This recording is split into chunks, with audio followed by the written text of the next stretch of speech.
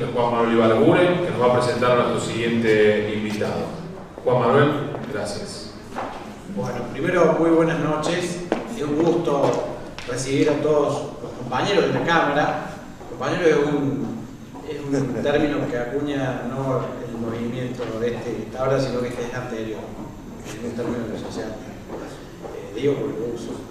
Es un gusto tenerlos a todos ustedes y verlos presentes, que nos veamos cara a cara, porque compartimos muchas horas desde hace 3 años trabajando duramente en un sinnúmero de iniciativas. Algunas hemos podido materializarlas, otras estamos permanentemente, como citaba recién a Kovadlov, la insistencia a partir de, digamos, la naturaleza humana es a partir de la insistencia en la dignidad, y la Cámara esta tiene un poco ese sentir, ¿no? Y seguir trabajando a partir de objetivos claros, solidarios y sobre todo de construcción colectiva.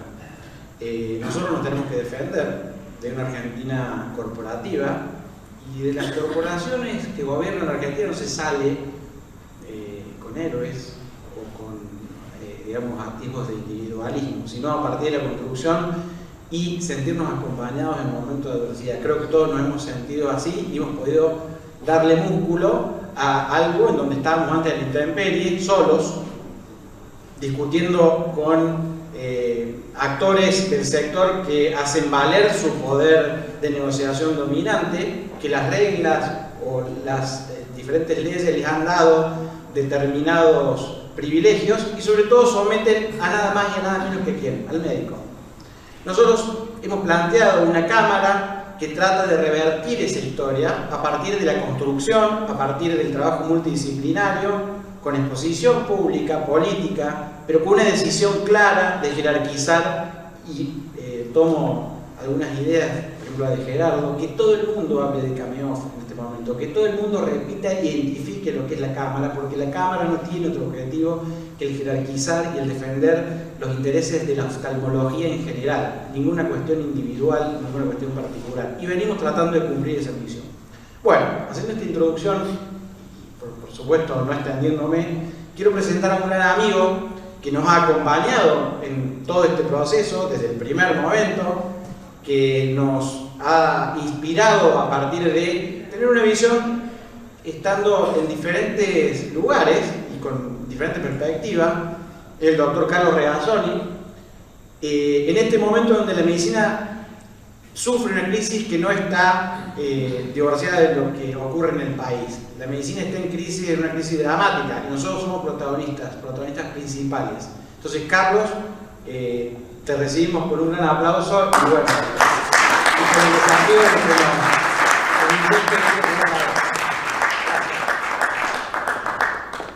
Yo les quiero contar, primero fue un grave error convocarme. Lo segundo es que estando Vicente Mazzola acá, tener el tupé de que yo tenga que hablar después. Le voy a hacer una confesión a Vicente porque creo que tiene un poquito más de edad que yo, no mucho, pero un poco más grande que yo es.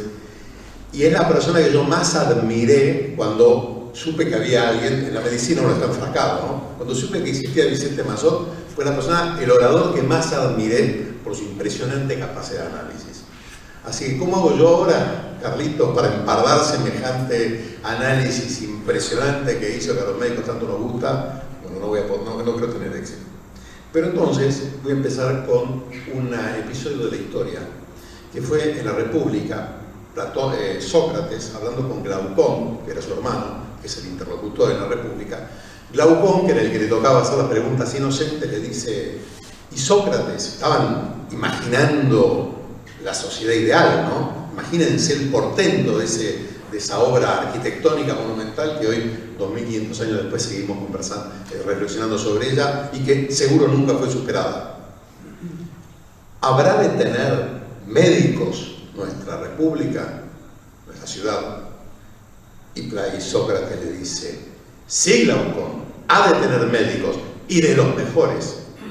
Viene una de las reflexiones acerca de la salud pública más extraordinaria que nunca se superó. Esa descripción maravillosa que Platón hace en la República sobre el rol del médico.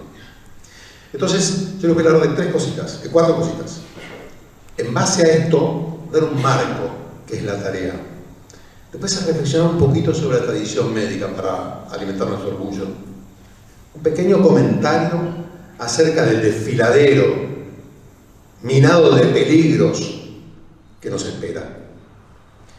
Y finalmente terminar con un orden de batalla, con una estrategia, con una posición racional que tenemos que tener y sobre todo previsora. Porque, y de ninguna manera para desmentir lo que dijo Vicente Mazor respecto de la historia, pero sí los médicos estamos acostumbrados a predecir ciertas cosas con bastante certeza, ¿no? O sea, nosotros tenemos esa capacidad de pronosticar cuestiones que se van a cumplir, porque hay algo inexorable, que es lo que nos toca a nosotros los médicos, que es la naturaleza. Y la naturaleza sí tiene leyes, y sí sabemos que el sol va a salir mañana, y sí sabemos que la vida humana tiene un promedio de durabilidad, y sí sabemos qué ocurre cuando uno es imprudente tomando alcohol, etcétera, etcétera, etcétera. Contra eso es contra lo que luchamos. Esa reversión que ha ocurrido solamente la pudo hacer la medicina. Y esto me va a permitir hablar de la relevancia del médico. ¿Cuál es entonces esa dimensión inexorable que hoy vivimos? Hace 100 años, el varón de 18 años promedio de la Argentina era 7 centímetros más alto. La altura máxima de un ser humano es a los 18 años de edad del varón. Hace 100 años, el varón de 18 años promedio argentino era 7 centímetros más alto que el coreano promedio y 7 centímetros más bajo que el holandés promedio, que es el más alto del mundo. Después de 100 años, el argentino promedio de 18 años varón es medio centímetro más bajo que el coreano promedio y medio centímetro más bajo que el coreano promedio y 9 centímetros más bajo que el holandés. Se acabó la discusión, jaque mate, nadie me va a poder revertir este argumento de hierro que estamos diciendo, que es que los argentinos nos estamos quedando en la estatura y no tiene nada que ver con un cambio étnico, porque acá no vinieron alemanes y daneses, vinieron gallegos y gitanos, los dos bajitos. Esto tiene que ver con la crueldad con que la crisis pega en el futuro, que son los chicos. ¿Ustedes quieren saber cómo va a ser el futuro argentino? Vayan hoy a una sala de primaria de cualquier escuela del país.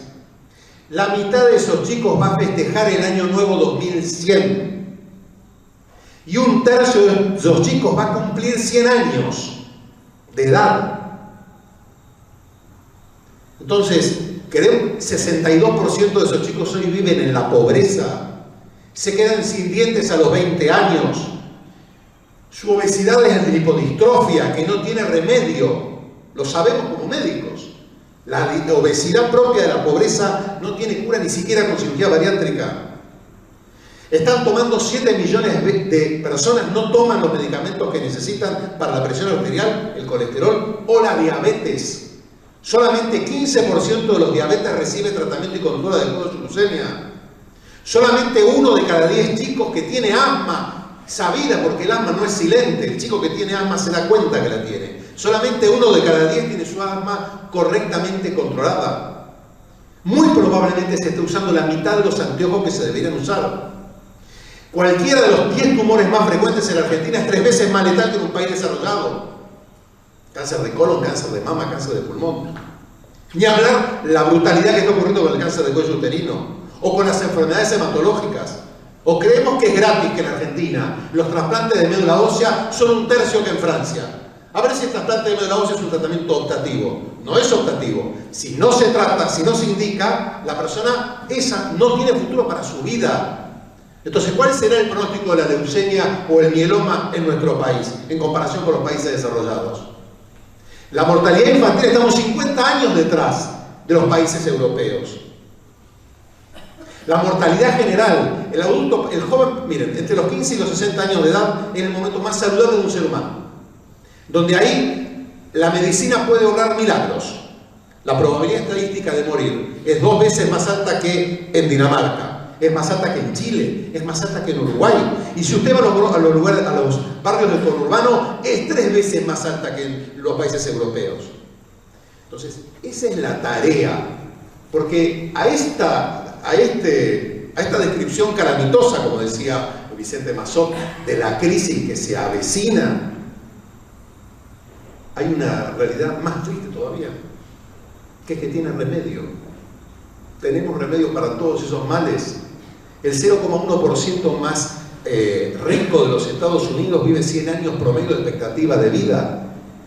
Cuando se hacen estudios en centenarians y se les pregunta si ya vivió suficiente, es la respuesta habitual de los centenarians. La persona de ocupación dice, sí, la verdad que ya viví suficiente.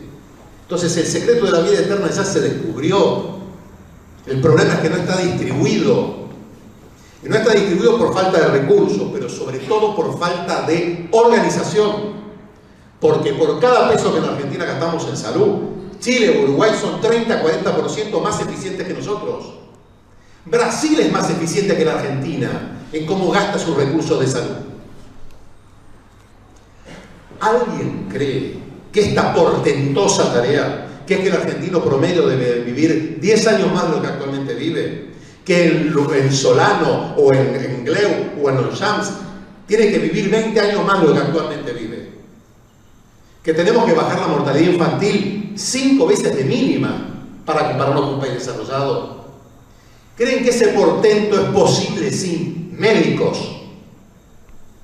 Tercera certeza, no es posible sin médicos.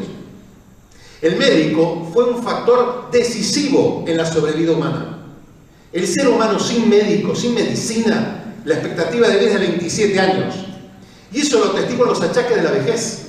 En condición de naturaleza es imposible que una persona que le empiece... Yo tengo 55 años, les aseguro que a la mañana me levanto y extraño cuando tenía 20. Imagínate lo que pasa a los 70, a los 80, a los 90 o a los 100. Y una persona que cumple 60 años puede esperar vivir 25 años más todavía. Y cuando cumple 80 años sabe que en promedio va a vivir 10 años más todavía. 10 años, toda la escuela primaria, toda la escuela secundaria, la universidad, casarse y tener el primer hijo. Hijo, todo ocurre en 15 años de vida. Miren si no queda tiempo a alguien que se jubila por delante. Eso es imposible de lograr, esa maravilla, sin médicos. Y el médico no surge de la nada, el médico surge de una tradición médica, que es lo que hoy en día está amenazado. Porque yo les puedo decir con cariño de lo que fueron mis maestros de medicina cuando empecé a estudiar. Me recuerdo, o sea, cuento con orgullo que tuve las 3 últimas clases que dio Burquá, pude ser asistente de ellas, que tuve 2 veces la posibilidad de tomar clases con el madre de uno de los más grandes pediatras argentinos, que fue San Antonio. O sea, conocí a un discípulo de Abraham Menéndez, un discípulo de Usay, nada más y nada menos. Y así por estar horas hablando de mis maestros. Y eso no es algo casual. Por algo Hipócrates, 700 años antes de Cristo, que es el padre de la historia clínica, entre otras cosas, ya decía en su juramento, honrarás a tus maestros. Porque la medicina no es solo una profesión, la medicina es una vocación. Yo tengo un hermano que es militar, y una vez estábamos en una conversación, y hablaba, yo le contaba anécdotas del hospital, y me dice, realmente las experiencias que tenés vos son muy superiores a las experiencias que tiene un militar, por la proximidad con la muerte. Y ustedes, oftalmólogos, ¿qué drama hay más grande para un chico de 20 años que quedarse ciego? O sea, la sociedad no entiende, la sociedad sí lo entiende. El maldito establishment que hay en la Argentina no lo entiende. Porque la sociedad lo entiende. El problema es que nosotros tenemos un veneno que hoy le podemos ya poner nombre y apellido, que es el veneno del yate, que es que cualquier poligrillo, piojo resucitado, crea que puede veranear en Marsella como lo hacen los reyes. Allá los reyes. Pero en Argentina tenemos 60% de la gente bajo la línea de pobreza con todos los problemas de salud que les acabo de decir. ¿Ocurre o no ocurre eso? ¿Y es fácil o difícil de resolver? Es dificilísimo de resolver. No se va a lograr sin médicos. Es imposible. Y entonces viene el desfiladero de amenazas y de pirinchos. Argentina va hacia un ajuste económico y Argentina va hacia la pobreza. Eso necesariamente no solo va a empeorar las condiciones de salud de la población de una manera que no se vio nunca desde antes de Perón, donde había malaria. Que no nos sorprenda que ya en los hospitales se están viendo endocarditis bacterianas que prácticamente reproducen la historia natural de la enfermedad como la vio Virchow hace 200 años. Lo que es una vergüenza para un país como el nuestro. Eso es lo mínimo que está ocurriendo. Entonces, esa dificultad enorme que nos está amenazando no va a poder ser resuelta sin médicos. Y va a empeorar por la crisis económica. Entonces viene mi último punto, la previsión. No podemos ser tan improvisados de ir hacia una crisis que sabemos que va a ocurrir, que sabemos que es casi indispensable para poder resolver el problema. Y no prepararnos, porque tenemos que atajar un problema de salud monstruoso que va a existir, que ya está insinuándose. ¿O ustedes no vieron gente que tiene un cáncer de pulmón grande como una pelota de fútbol y que está recorriendo hospitales tratando de ver a ver cuándo le dan medicación? ¿No lo vieron nunca eso? La crisis de Rusia, la crisis de Grecia, la crisis del sudeste asiático, la crisis económica que hubo en Europa del Este, todas invariablemente se acompañaron de caída de la expectativa de vida. Yo les puedo citar 5 por lo menos trabajos que demostraron que los planes que el Fondo Monetario Económico Internacional preveía para el famoso, mediante el ajuste fiscal famoso, para recomponer la economía de los países, todos invariablemente se acompañaron de aumento de la mortalidad. Eso va a llegar y hay que prepararse. Y para prepararse hay que tener un equipo médico, no solo bien pertrechado con suministros que están todos en dólares, porque la Argentina hoy en día gasta $600 por año por habitante en salud, que es la mitad de lo que gasta cualquier país de la región. Y es un cuarto del mínimo indicado para lograr un estándar moderno. Ningún país de la OCDE gasta menos de $1.500 de ahí para arriba por año. Nosotros nos vamos a arreglar con 500. Es decir, vamos a administrar no escasez, vamos a administrar miseria. Y eso va a pasar así por mucho tiempo. Entonces, tiene que haber pertrechos. Ahora, sobre todo lo que tiene que haber es un cuerpo médico con clarísimas prioridades, porque Argentina va hacia una situación de medicina de guerra. Yo les diría que tenemos que empezar a hacer rotaciones en África para ver cómo hicieron ellos, para superar la situación en la que se encontraron. ¿Vamos a poder afrontar con un PNO que cubre cualquier cosa? ¿Con una consulta médica pagada con sueldos de hambre? ¿Con una universidad que sigue fabricando médicos en Buenos Aires, donde se forma el 70% de los médicos, donde no se necesitan? Y que hace oídos sordos a cualquier planteo político de salud. ¿Por qué eso está ocurriendo con la UBA? Y no es algo nuevo. En el año 1914, Bernardo Usay escribió 2 artículos en la prensa médica argentina. Él está mucho más autorizado que yo para decir lo que dijo. Le pareció un disparate lo que estaba haciendo la Universidad de Buenos Aires con los médicos, porque Argentina tenía 5 veces más médicos por habitante que Alemania, que Francia e Inglaterra en su época. Entonces, orden, organización. Los grupos profesionales, y con esto termino, son indispensables, más en medicina, que ha sido una especie de corporación tradicional, sapiencial, en Occidente seguro de la Universidad de Palermo hasta la fecha. Estamos hablando de 1200 años. Fue la primera universidad de Occidente, fue una escuela de medicina en Italia. No solo nuestra misión es defender el ingreso médico, el salario médico, el honorario médico, contra los mentirosos, chantapufis, vendedores de humo que quieren vender servicios de hotelería que no se ven en Estados Unidos. Porque ustedes saben que los sanatorios de lujo que hay acá no hay en los países más ricos del mundo. Y encima, en esos sanatorios no hay cirujano de guardia a veces, activa. Entonces, no solo tenemos que defender el ingreso médico, sino, y con esto redondeo, mucho más interesante todavía, mucho más maravilloso, mucho más convocante, tenemos que defender el equipo que va a hacer frente a esa tarea maravillosa que es hacer que la gente viva más años y más saludable, porque encima sabemos cómo hacerlo, porque ese remedio ya se inventó. Así que, primero, gracias por la convocatoria, no la merezco, o sea, un disparate que tienen estas ideas.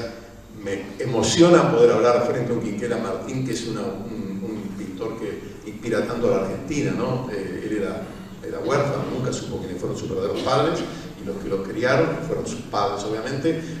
Él era carbonero y ella hacía trabajos domésticos, y en esa nada él se crió, se desarrolló, e hizo un mundo. Les recomiendo que vayan a ver la casa de Quinquela Martín, que la convirtió después. Este genial convirtió su casa, invirtió su hacienda de toda su vida en dos cosas: una escuela, y en cada una le puso un mural que tristemente está en deterioro y nadie les ha dado bolilla, y al lado un centro de salud. Si alguien quiere probar con algo distinto, como dicen los americanos, si la salud le parece cara, pruebe con una enfermedad. Así que bueno, gracias.